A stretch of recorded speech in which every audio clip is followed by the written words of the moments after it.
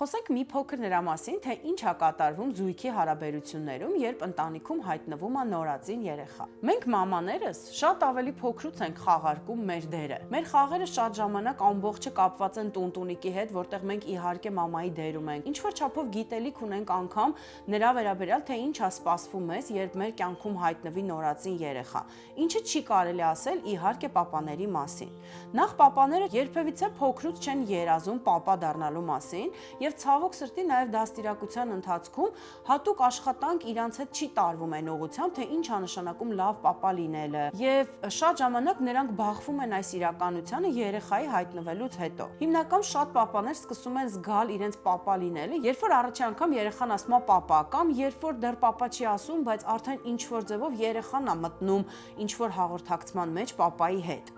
Բայց կարա պապան շատ ավելի շուտ զգա ու հասկանա, որ ինքն էլ է ծնող ու ինքն էլ մեծ դերակատարում ունի այդ երեխայի կյանքում, եթե իհարկե դուք իրեն մասնակից դարձնեք։ Ես գիտեմ, որ մենք բոլորս հզոր մամաներ ենք ու ամեն ինչ ինքներս կարող ենք անել առանց որևիցե մեկի աջակցության։ Բայց գիտեք ինչ, եւ ամոթ չի, եւ բնական է երբեմն խոստովանել, որ մենք այնքան էլ հզոր չենք, կամ հզոր ենք, բայց միևնույն է ունենք աջակցության կարիք։ Միգուցե չունենք աջակցության կարիք, բայց շատ հաճելի է, երբ որ կա ինչ որ մեկը մեր կողքով, որ պատրաստ է մեզ աջակցի։ Չէ՞ որ դուք ամբողջ օրը հոգնած եք, ամբողջ օրը երեխան ձեր հետ է, դուք չունեք ժամանակ 5 րոպե անգամ հանգիստ ինչ որ մի բան անելու, հա, միջև վերջ հաց ուտելու, առանց երեխայի լացը լսելու կամ մի ձեռքով երեխային գրկելու, բայց երբևիցե տղամարդը չի կարա պատկերացնի, թե դուք ինչ օրեր եք ապրում, եթե նա մասնակից չդառնա այդ ամենին։ Այսինքն մեզ թվում է, որ դե լավ, ես մենակս կարամ լողացնեմ երեխուն, ինչի համար իզուր տեղը ինքը գա էլ օգնի ինձ, բայց ինքը կարա ուղակի կանգնի ձեր կողքը, կարա ուղակի սրբիչը բռնի,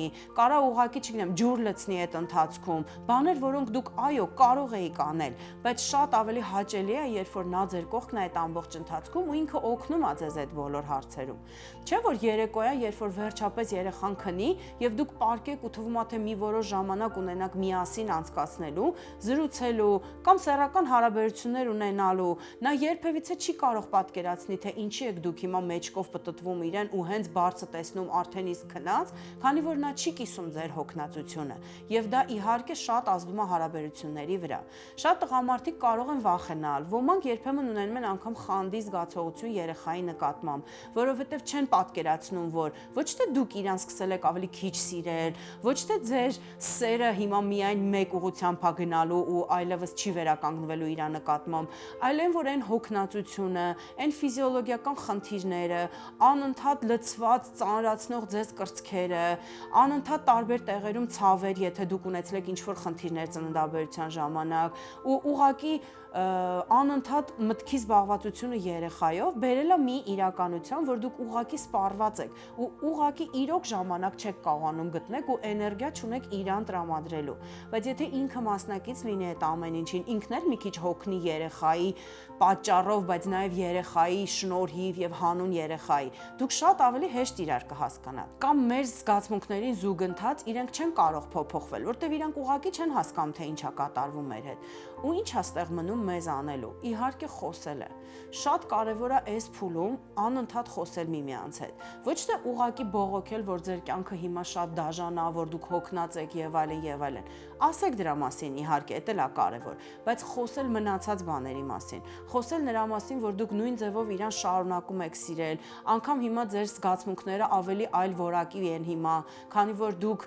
ոնց որ ընկալում եք, որ իրար հետ վերջապես ունեք մի հատ էլ երեխա, ինչ որ իհարկե զգացմունքներում փոփոխություններ ա բերում։ Խոսել նրա մասին, որ դուք ունեք ուղակի որոշակի անհարմարություններ, որ կարելի է շատ հոգնած լինել, պարկել ուղակի գրկել իրար ու քնել։ Երբեմն մենք մոռանում ենք, որ մենք ամուսնացել ենք մի մարդու հետ, ում որ սիրել ենք, եւ ամենայն հավանականությամբ նա նույնպես մեզ սիրել է։ Մենք միասին ենք երազել երեխա ունենալու մասին, միասին ենք այդ որոշումը կայացնել եւ հիմա ունենք երեխա եւ երկուսով ենք նրա ծնողը։